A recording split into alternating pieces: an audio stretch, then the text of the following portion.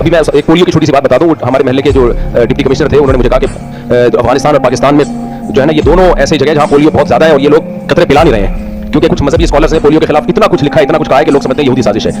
तो मैंने कहा, मैंने तो चूंकि डॉक्टरों से तहकीक कर चुका था, इसलिए मैंने कहा ठीक है मैं आपकी मदद करता हूं। मैंने फिर उनसे पूछा, मुझे डॉक्टर साहब, मुझे डीसी साहब, डिप्टी कमिश्नर साहब एक बात बताएं।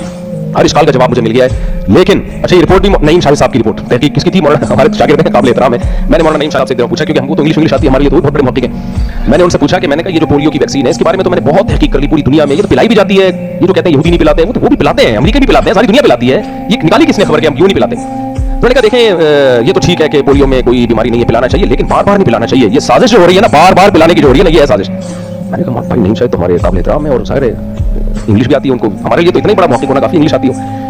तो मैंने कहा यार ये है, ये बार बार जो हो रहा है ना, ये कुछ साजिश हो रही है। तो डिप्टी कमिश्नर से मैंने कहा देखें, मेरे हर सवाल का जवाब मिल गया, बार बार जो पिलाया जा रहा है। उन्होंने कहा मैं रोजाना 2 कतरे पीता हूं। मैंने कहा क्यों? कहते हैं जिसको पिलाने जाओ ना, वो कहते हैं पहले खुद पी के दिखाओ, और जिस बोतल से हमें पिलाओगे उसी से पियो। कह रहे 2 कतरे में बिला वजह पी के पड़ा हुआ हूं मैं। तो इससे भाई रिसर्च की दुनिया अलग होती है।